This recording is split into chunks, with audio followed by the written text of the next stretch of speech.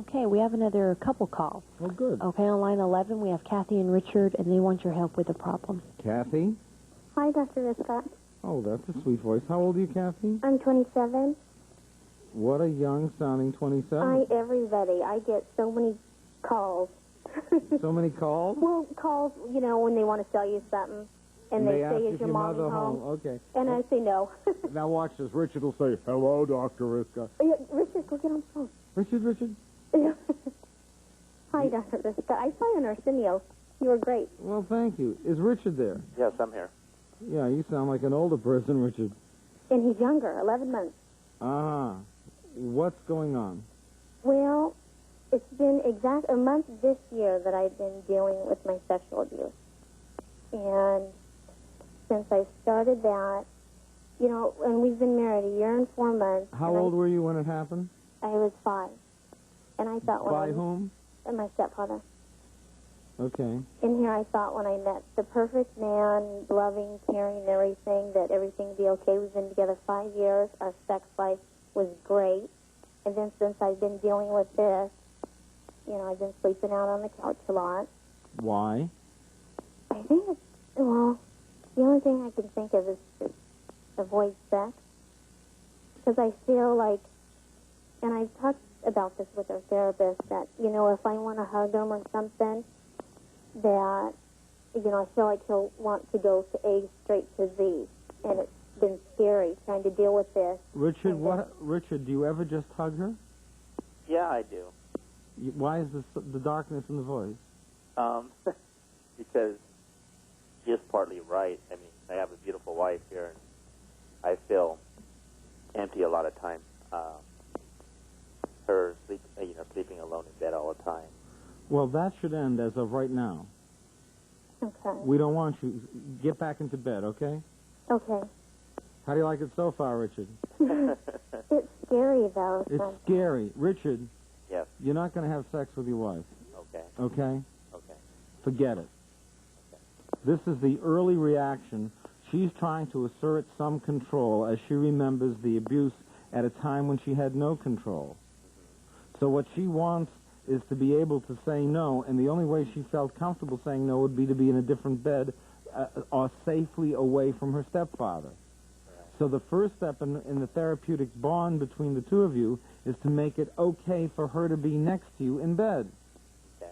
You don't have to do anything. Okay. Yeah, and it's real hard because I love him very much, and he's absolutely gorgeous, and I didn't understand at first why I was pushing him away. I thought You're not pushing him away. You're not pushing him away. You're pushing away a memory that you still haven't let in, okay? Yeah. All right.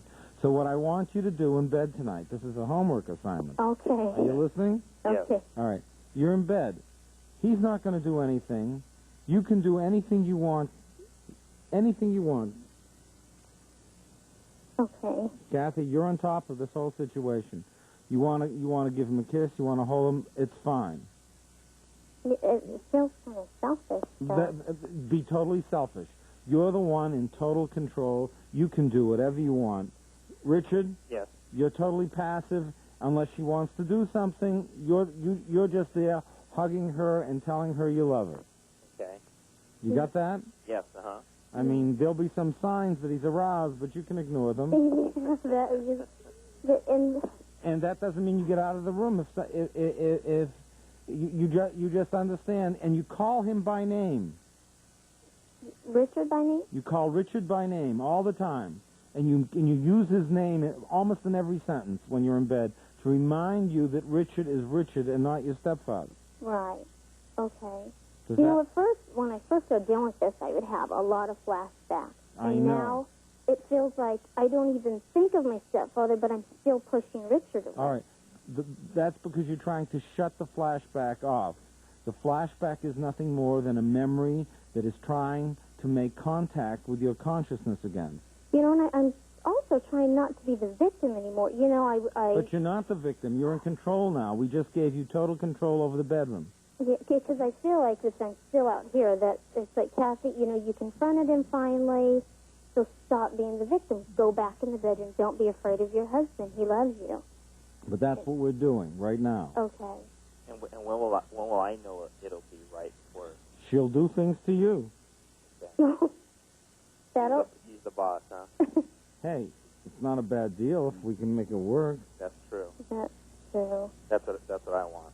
You know, Dr. Viscott, I listened to you for, since I started this, and I'd always hear you say, the truth will set you free, and I always said to myself, no, the truth will kill me, the truth will kill me. I can't tell my mom, I can't tell my mom. But that's kind of what you're doing. You're still pushing it away. Yeah, when I told my mom, because I always thought she would never love me, well, I told her she still loved me and everything like that, but now I need to work on my husband and I. So that's why you called. No. Now you need to work on the belief that you're here and that was them. Yeah, that's true. And you also have, and Richard, yes, it's really important that you hear this. Okay. You also have to know that when you say no to Richard, he'll say, it's okay. Okay. It's okay. Even if something's gotten going, it's okay. Just make it okay. You love her. Right. And you understand this. But if she says no, or if she changes, you say, what were you just thinking of? And hold her and say, it's just me, babe. It's not your stepfather. I'm here. Tell me what you were thinking of. So Richard becomes the person you can trust again.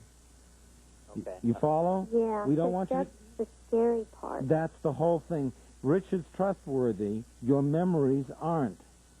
Right. Okay, because your memories have incubated. They've blown out of proportion over the years because you've held them in, right? Yeah, and I thought I could go to my grave with this.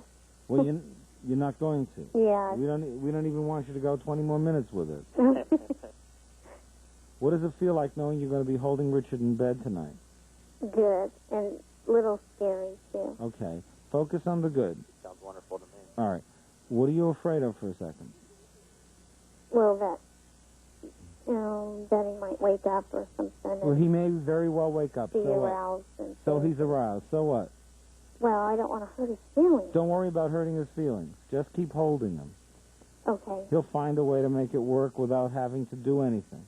Right, Richard? Yeah, I've done it this long. He's been my number one support. So don't worry about hurting his feelings.